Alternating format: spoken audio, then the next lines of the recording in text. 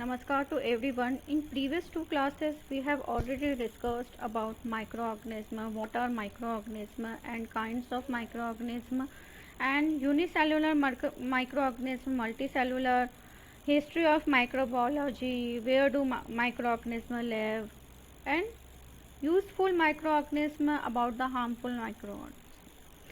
In increasing soil fertility, कि कैसे increase करना है, nitrogen fixation and production of alcohol and wine and vinegar में किस तरह से माइक्रो ऑर्गेनिज्म यूज़ में आते हैं, एंड एंटीबायोटिक्स बनाने में उनका कंट्रीब्यूशन कहाँ तक रहता है.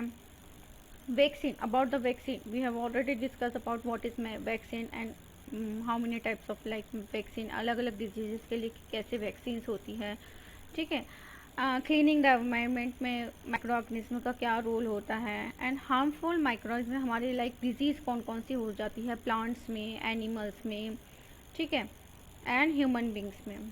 फूड पॉइजनिंग क्या होता है, लाइक हमने प्रिजर्वेट फूड लाइक एक्सपायरी डेट, मैंने बताया था आपको कि एक्सपायरी डेट या आपने अनहेल्दी फूड खा लिया है, ठीक है, जो कि लाइक जिसमें माइक्रो ऑर्गेनिज्म आपके डेवलप हो गए हैं, ऐसा फूड खा लिया है तो फूड पॉइजनिंग हो जाती है. In today class we have discuss about the food preservation, about the methods of food preservation, nitrogen cycle.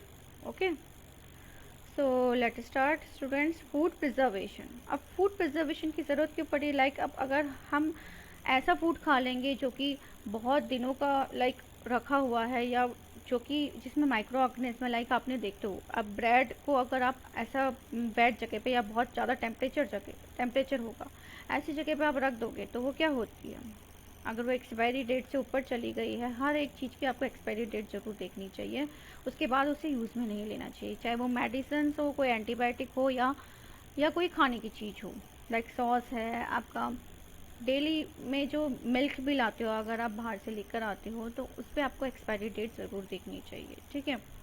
तो फूड प्रिजर्वेशन लाइक कुछ फूड ऐसे होते हैं लाइक वेजिटेबल है, फ्रूट्स हैं, उनको हमें प्रिजर्व करना पड़ता है जिससे हम उन्हें लॉन्ग टाइम के लिए यूज़ में ले सकें और वो ख़राब नहीं हो पाए. तो उसके लिए हम क्या लेते हैं, फ्रिज लेते हैं घर में.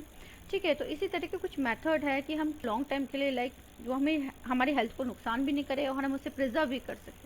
लाइक किसी की भी एक्सपायरी डेट होती है तो उसके प्रिजर्वेटिव पीरियड ऑफ टाइम होता है, तो हम तब उस इंस्टेंट तक उसे क्या कर सकते हैं, प्रिजर्व कर सकते हैं, उसके बाद हम उसे यूज़ में नहीं ले सकते हैं.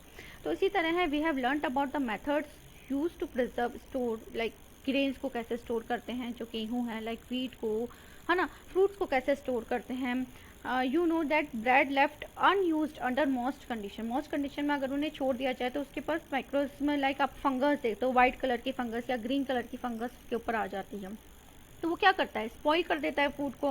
तो spoil food emits bad smell, उसमें से बैड स्मेल आने लग जाती है, and has a bad taste and colour change हो जाता है और उसका टेस्ट भी चेंज हो जाता है. Why do you use refrigerator at home. Refrigerator क्यों यूज में लेते हो आप, कि नॉट फॉर कूलिंग वाटर, सिर्फ पानी को ठंडा करने के लिए, या आप स्टोर कर रहे हो फूड को तो स्टोर करने के लिए भी यूज़ में लेते हो आप. The food items with if capped at room temperature, अगर हम उसे रूम टेम्परेचर में करेंगे तो बैक्टीरियाज उसमें जल्दी डेवलप हो जाएंगे. तो फ्रिज क्या करता है, जो बैक्टीरियाज डेवलप होने की जो कैपेसिटी है उसकी लाइक उसकी जो रेटिंग होती है उसे स्लो डाउन कर देता है, और वो फूड आसानी से क्या नहीं होता है, उसमें माइक्रो ऑर्गेनिज्म डेवलप नहीं होते हैं, तो वो स्पॉइल नहीं होता है. तो रेफ्रिजरेशन भी एक हद तक है, उससे ज़्यादा हम रेफ्रिजरेशन यूज़ में नहीं ले सकते हैं. ठीक है. तो हमें फ्रेश फूड खाना चाहिए.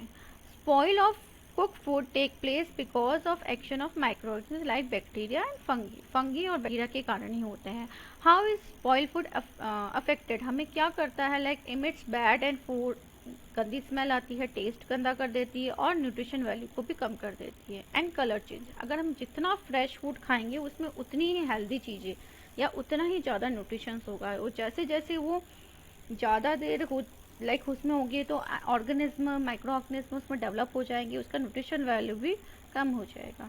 तो food preservation is the answer to prevent its spoilage. Food preservation हम करते हैं उसके लिए तो reduces like some of this like there are many advantage of preserve करने की मैनी एडवांटेज होती है. जैसे रिड्यूसेस फूड वेस्टेज, हमारा फूड जो वेस्ट अगर प्रिजर्व करने के लाइक आपके लिए फ्रिज नहीं होगा तो वो चीज़ बाहर रखे हुए क्या हो जाएगी, ख़राब हो जाएगी.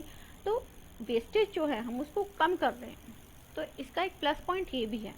And nutrition value is retain for longer period, और न्यूट्रिशन वैल्यू भी उसकी काफ़ी देर तक हम कर सकते हैं, एक इंस्टेंट तक कर सकते हैं। Ensure food availability is distance places and during off season, मतलब ऑफ सीजन में भी आपको सारी चीज़ें मिल जाती है, लाइक फ्रूट्स भी हैं आपको ऑफ सीजन में भी मिल जाते हैं।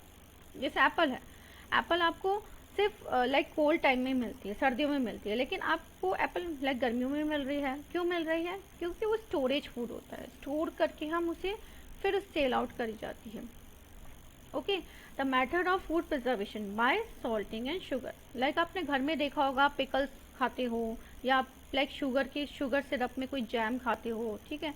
तो ये सब चीज़ें लॉन्ग टाइम तक आप कैसे खा सकते हो? तो ये एक तरह के प्रिजर्वेटिव होते हैं जो कि हम घर में यूज़ में लेते हैं। तो fruit and vegetable commonly preserve by salt and sugar से मतलब इन दोनों चीज़ों से हम प्रिजर्व कर सकते हैं लॉन्ग टाइम के लिए। जैसे जेलीज है, जैम्स है, पिकल्स है, इनको हम लॉन्ग टाइम पे कैसे यूज़ में ले सकते हैं? रॉ मैंगो होता है, रॉ मैंगो मतलब जो कैरी होता है, ठीक है, आंवला है, इमली है, इन तरह की चीज़ों को हम प्रिजर्व के लिए सॉल्टिंग इनके ऊपर करते हैं लाइक, और जैसे पिकल बनाते हैं हम, तो सॉल्ट्स हैं, ऑयल है, उसके कारण वो प्रिजर्व रहता है, ठीक है। Even in the case of meat, fish and salt use में आता है प्रिजर्वेशन के लिए। Sugar and salt removes water from the cells, वो क्या करता है, उसमें जो मॉइस्चर मतलब प्रेजेंट होता है उन चीज़ों में, उसको रिमूव कर देता है। तो इससे क्या होता है, माइक्रोब्स डेवलप नहीं होते। अधिकतर जो क्या होता है, मोस्ट वाली चीज़ों में जल्दी से डेवलप हो जाती है। अगर पिकल में भी आपने कोई गीली चीज़ डाल दी है, आपका गीले हाथ चले गए हैं या कुछ भी ऐसी चीज़ हो गई है, तो वो जल्दी ही ख़राब हो जाएगा। तो इन चीज़ों का आपको ध्यान रखना पड़ता है। By oil, vinegar and spices, इनसे भी हम क्या कर सकते हैं, प्रिजर्व कर सकते हैं, क्योंकि इनमें माइक्रो ऑर्गेनिज्म जल्दी से ग्रोथ नहीं होते हैं, ठीक है। बाय हीटिंग से लाइक मिल्क को आप बार बार गर्म कर लेते हो, जैसे आपके पास फ्रिज नहीं है तो आप क्या करोगे, मिल्क को लाइक 5-6 आवर्स बाद आपको गर्म करना पड़ता है, क्योंकि उसके बाद उसमें से लाइक माइक्रोऑर्गेनिज्म डेवलप होने लग जाते हैं और वो उसे स्पॉइल कर देता है, ठीक है। एंड रेफ्रिजरेशन एंड फ्रीजिंग क्या होता है, like cooling bye refrigeration and freezing stops microorganism from growing, microorganism stop कर देता है ग्रोइंग के लिए। और multiply but it doesn't kill them, उनको किल नहीं करता है, मतलब स्टॉप कर देता है कि वो आगे डेवलप नहीं हो। A refrigerator keeps food at about 5 degrees centigrade. It keeps the food fresh for a few days. कुछ दिनों के लिए ही फ्रेश कर सकता है, ज़्यादा दिन के लिए नहीं। A freezer preserve food at below 18 degrees centigrade. This stops all microbial activity and food can preserve for many months. Many months तक हम below उसे कर सकते हैं, ठीक है, फ्रीज़र में। Frozen food should be throughout cooked and should not be left in open for too long. जो फ्रोज़न फूड होते हैं जिन्हें हम सिर्फ फ्रीज़र में रखते हैं, जहाँ पर आइस स्टोर करते हैं, तो उनको हमें बाहर छोड़ना नहीं है, ठीक है। उन्हें लो टेम्परेचर ही उसमें अगर हमने बाहर छोड़ के हम भूल गए हैं तो उसमें माइक्रोऑर्गेनिज्म डेवलप हो सकते हैं, तो आपकी वो एक्सपायरी डेट भी उस केस में काम नहीं करेगी। तो इन चीज़ों का आपको ध्यान रखना पड़ेगा। By smoking used by is used for dehydrating food items like meat, fish and their product in method.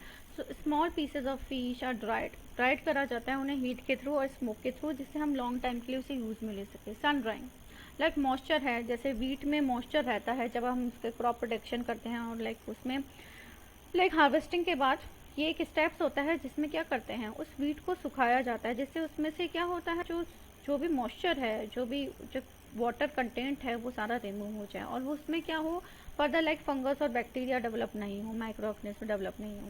Bye pasteurisation basically milk का होता है, लाइक हम बाहर से जो पैक्ड मिल्क लेकर आते हैं तो उसमें प्रिजर्वेटिव डाले रहते हैं। तो फर्स्ट मिल्क को हीट करा जाता है 70 डिग्री सेंटीग्रेड तक, तो 15 to 30 सेकेंड्स तक ये करा जाता है उसमें से बैक्टीरिया, फिर उसको ठंडा करके लो टेम्परेचर पे इस तरह से उसे प्रिजर्व करा जाता है। The pasteurization kill the bacteria in the milk and doesn't effect its flavour, उसके फ्लेवर पे भी इफेक्ट नहीं करता है, ठीक है। प्रॉपर स्टोरेज एंड पैकिंग, अब जो लाइक ड्राई फ्रूट्स हैं, कुछ वेजिटेबल्स हैं, उन्हें हम क्या करते हैं, it is a common practice in these two pack dry fruits and vegetable in a seal air tight. उन्हें एयर टाइट क्यों करा जाता है, पैक क्यों करा जाता है, जिससे उसके अंदर मॉइस्चर नहीं जाए और वो ख़राब नहीं हो, ठीक है। Then we come on nitrogen cycle our like मैंने नाइट्रोजन साइकिल के बारे में आपको थोड़ा सा बताया था। नाइट्रोजन फिक्सेशन होता है, क्यों ज़रूरत होती है? क्योंकि एनवायरनमेंट में लाइक नाइट्रोजन की या तो कमी होती है या प्लांट्स डायरेक्ट नाइट्रोजन को ले नहीं सकते वहाँ के। तो उस केस में वो क्या करते हैं, या तो अपने लाइक पैरासाइट होते हैं या कुछ ऐसे लाइक मैंने वो क्या करते हैं, या तो अदर प्लांट से वो क्या ले लेंगे, नाइट्रोजन से अपनी चीज़ें ले लेंगे, लाइक उसकी जो इनसफिशिएंसी है उसको सफिशिएंसी में कन्वर्ट कर देंगे। या जो कुछ ऐसे लाइक प्लांट्स होते हैं या रूट्स होती है, उसमें क्या होते हैं, बैक्टीरियाज डेवलप हो जाते हैं। तो बैक्टीरियाज के थ्रू, माइक्रो ऑर्गेनिज्म के थ्रू भी वो नाइट्रोजन को डायरेक्ट एनवायरनमेंट में से ले लेते हैं और उसे यूजफुल नाइट्रोजन नाइट्रेट्स में बदल देते हैं और वो सॉइल में मिक्सअप हो जाता है। ठीक है, तो उस सॉइल से फिर वो प्लांट्स क्या ले लेते हैं, नाइट्रोजन ले लेते हैं और नाइट्रोजन की जो कमी है उसे पूरा कर लेते हैं। तो बेसिकली एक ब्लू और ग्रीन एल्गे, कुछ सर्टेन बैक्टीरिया होते हैं, ब्लू और ग्रीन एल्गी होती है जो कि सॉइल में इन नाइट्रोजन को डायरेक्ट लेकर और सॉइल में उसे कन्वर्ट कर देती है, नाइट्रेट्स में कन्वर्ट कर देती है। ठीक है, so we can understand it by a diagram दे रखा है आगे इसमें, like here you can see this diagram. Okay, decay bacteria, these bacteria break down the dead remains हैं, एनिमल्स हैं, वेस्ट है, तो उनके ऊपर ये लाइक ये डिके कर देते हैं उन्हें, एक तरह से उन्हें like releasing ammonium compounds into the soil. ठीक है, तो उन्हें छोटे छोटे से, एक तरह से आप समझ लो उसको डिके कैसे होगा, वो सॉइल में पूरा मिक्स कैसे होगा, तो वो बैक्टीरिया उसमें से लाइक उसके ऊपर आकर उसे डिके करते रहते हैं, छोटे छोटे टुकड़ों में करके उसको देन एक तरह से डाइजेस्ट करके उसे सॉइल में पूरा मिक्स कर देते हैं। तो this process is called ammonification, इसे अमोनिफिकेशन करते हैं, जो ब्रेक डाउन करते हैं वो डेड रिमेन्स और एनिमल्स को। ठीक है, and nitrifying bacteria, These bacteria in the soil can change ammonia into nitrate, ammonia को नाइट्रेट में बदल देते हैं। तो ये अमोनिया इज अनदर केमिकल होता है जो कि उसमें नाइट्रोजन प्रेजेंट होता है। It is present in animal waste जैसे डंग होता है, गाँव का डंग, और डेड रिमेन्स होते हैं उनके, इसमें ये होता है। तो ये इस प्रोसेस को हम क्या बोलते हैं, निट्रिफिकेशन। ठीक है, नाइट्रोजन फिक्सिंग बैक्टीरिया, जैसे मैंने आपको बताया कि सॉइल में प्रेजेंट होते हैं, लाइक ये प्लांट्स में भी, जैसे इसमें दे रखा है राइजोबियम, एक तरह का फिक्सेशन बैक्टीरिया होता है जो कि लेगुमिनेंट्स प्लांट्स में होता है, उनके रूट्स में। तो वो क्या करता है, रूट्स नोडल्स में रहकर डेवलप हो जाता है और वो डायरेक्ट इसके नाइट्रोजन को नाइट्रेट में बदल देता है और प्लांट को पूरी कर लेते हैं। Lightning, high temperature of lightning discharges causes some of nitrogen and oxygen in air to combine and their oxide of nitrogen. These oxide in the rain are washed into the soil as acid and where they form nitrates. Like high temperature और जैसे lightning होती है, thundering होती है, उस case में क्या होता है, नाइट्रोजन और ऑक्सीजन कंबाइन होकर नाइट्रोजन डाइऑक्साइड जैसे नाइट्रेट्स बन जाते हैं उनके। Oxygen of forms oxide of nitrogen, nitrogen के ऑक्साइड बन जाते हैं। तो इससे आपने नोटिस करा होगा, जैसे रेन टाइम में आपने काफ़ी प्लांट्स या ग्रीनरी हो जाती है, तो वो इसी के कारण लाइक प्लांट्स अच्छे से डेवलप हो जाते हैं। ठीक है, तो वेयर दे फॉर्म नाइट्रेट्स, उसके कारण भी नाइट्रेट्स होती है। Like you can see in this diagram, देखो नाइट्रोजन जो सबसे ज़्यादा जो एयर में कौन सी लाइक गैस होती है, नाइट्रोजन। तो ये बता रखा है कि लाइक लाइटनिंग से फर्टिलाइज़र के रूप में हम इसे यूज़ में ले सकते हैं। ओके, नाइट्रोजन फिक्सिंग बैक्टीरिया जो होते हैं उसके थ्रू वो नाइट्रोजन लेकर क्या कर देते हैं, compound of nitrogen in cell, एक कंपाउंड बना लेते हैं सॉइल के अंदर। ठीक है, और ये कंपाउंड प्लांट्स रूट से ले लेते हैं, ये देखो एरो में बता रखा है। ठीक है, अब ये नाइट्रोजन है, जैसे एनिमल वेस्टेज है उसमें भी नाइट्रोजन प्रेजेंट होती है, लाइक नाइट्रोजस वेस्ट होते हैं, वो कंपाउंड बना लेते हैं किसमें, सॉइल के अंदर, वो भी कंपाउंड बना लेते हैं और फिर प्लांट्स उससे ले लेते हैं।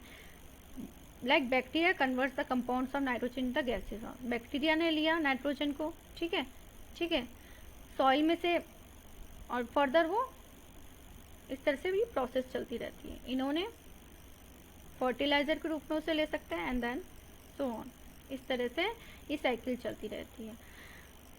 Okay, this is your chapter. In next lecture we will discuss the next chapter of your science. Till then, bye bye students, have a nice day, stay home, stay safe, bye.